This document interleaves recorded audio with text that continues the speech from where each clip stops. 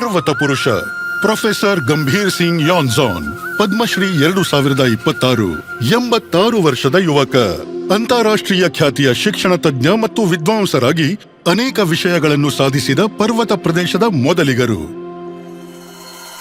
ನಾನು ಕಾಲಿಂಪಾಂಗ್ನ ಸಿಂಜಿ ಎಂಬ ಸಣ್ಣ ಹಳ್ಳಿಯಲ್ಲಿ ಜನಿಸಿದೆ. ಆ ದಿನಗಳಲ್ಲಿ ಆಧುನಿಕ ಸಾರಿಗೆ ಮತ್ತು ಸಂವಹನ ಇರಲಿಲ್ಲ, ಆದರೆ ಅದು ನನಗೆ ವರದಾನವಾಗಿತ್ತು.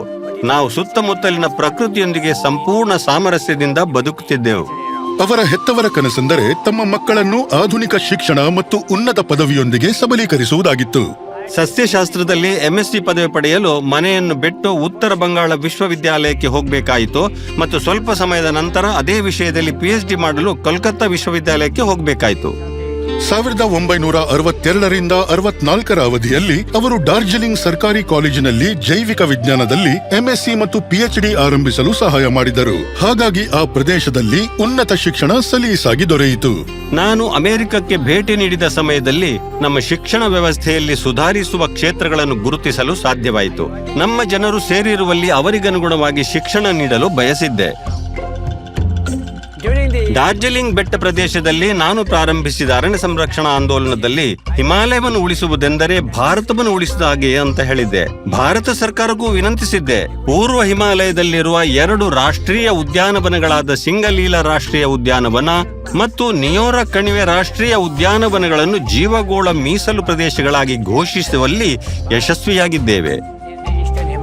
1985ರಲ್ಲಿ ಅವರ ತಂದೆ ಕಾಲಿಂಪಾಂಗ್ನ ಸಂಗೈಪುಂಗ್ನಲ್ಲಿ ಗ್ರಾಮದ ಮೊದಲ ಪ್ರಾಥಮಿಕ ಶಾಲೆಗಾಗಿ ಭೂದಾನ ಮಾಡಿದರು. 2014ರಲ್ಲಿ ಅದನ್ನು ಹೈಯರ್ ಸೆಕೆಂಡರಿ ಶಾಲೆಯಾಗಿಸಿ ಅದಕ್ಕೆ ತಾಯಿ ಚಂದ್ರಮಾಯಾ ಅವರ ಹೆಸರಿಡಲಾಯಿತು.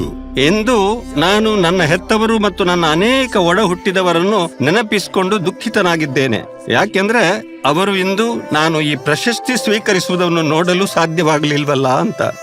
ಪುಸ್ತಕಗಳು ನನಗೆ ತುಂಬಾ ಪ್ರೇರಣೆ ನೀಡುತ್ತೆ. ಪುಸ್ತಕದಿಂದ ನನಗೆ ಸದಾ ಹೊಸ ಒಳನೋಟ, ಹೊಸ ಜ್ಞಾನ ಮತ್ತು ಮಾಹಿತಿ ಸಿಗುತ್ತೆ. ನನಗೆ ನನ್ನ ಹೆಂಡತಿ ಮತ್ತು ನನ್ನ ಕುಟುಂಬ ಸದಸ್ಯರಿಂದಲೂ ಸಾಕಷ್ಟು ಸ್ಫೂರ್ತಿ ಸಿಗುತ್ತದೆ. ಕಾಲಿಂಪಾಂಗ್ನಲ್ಲಿ ಅವರ ಟಿಂಬರ್ ಇಕಾನಾಮಿಕ್ ಮಾಡೆಲ್ ಸುಸ್ಥಿರ, ಕಡಿಮೆ ನಿರ್ವಹಣೆಯ, ಪರಿಸರ ಸ್ನೇಹಿ ಜೀವನೋಪಾಯವನ್ನು ಸೃಷ್ಟಿಸಿತು. ಆಲೋಚನೆಗಳನ್ನು ಮೂಲ ಸೌಕರ್ಯವನ್ನಾಗಿಸಿ ಅವರು ವಿಜ್ಞಾನ ಆಧಾರಿತ ಕಲಿಕೆಯನ್ನು ಉತ್ತೇಜಿಸಲು 1981ರಲ್ಲಿ ಹಿಮಾಲಯನ್ ಸೈಂಟಿಫಿಕ್ ಇನ್ಸ್ಟಿಟ್ಯೂಟ್ ಅನ್ನು ಸ್ಥಾಪಿಸಿದರು.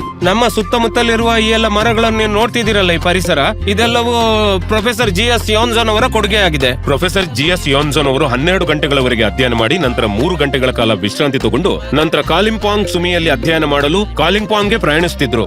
ಮಕ್ಕಳು ಪರಿಸರದಿಂದ ಕಲಿಯುವುದು ಮತ್ತು ಅವರು ವಾಸಿಸುವ ಆವಾಸ ಸ್ಥಾನವನ್ನು ರಕ್ಷಿಸುವುದನ್ನ ನೋಡೋದ್ರಲ್ಲಿ ಹೆಚ್ಚಿನ ಸಂತೋಷವಿದೆ. ಅವರಿಗೆ ನನ್ನ ಕಿವಿ ಮಾತೆಂದ್ರೆ, ನಿಮ್ಮ ಜೊತೆ ಯಾರೂ ಇಲ್ಲದಿದ್ರೂ ನೀವು ಮುಂದುವರಿಯಿರಿ ಮತ್ತು ಏಕಾಂಗಿಯಾಗಿ ಮುಂದುವರಿಯಿರಿ. ಏಕಾಂಗಿಯಾಗಿ ಸಾಗಿರಿ, ಏಕಾಂಗಿಯಾಗಿ ಸಾಗಿರಿ.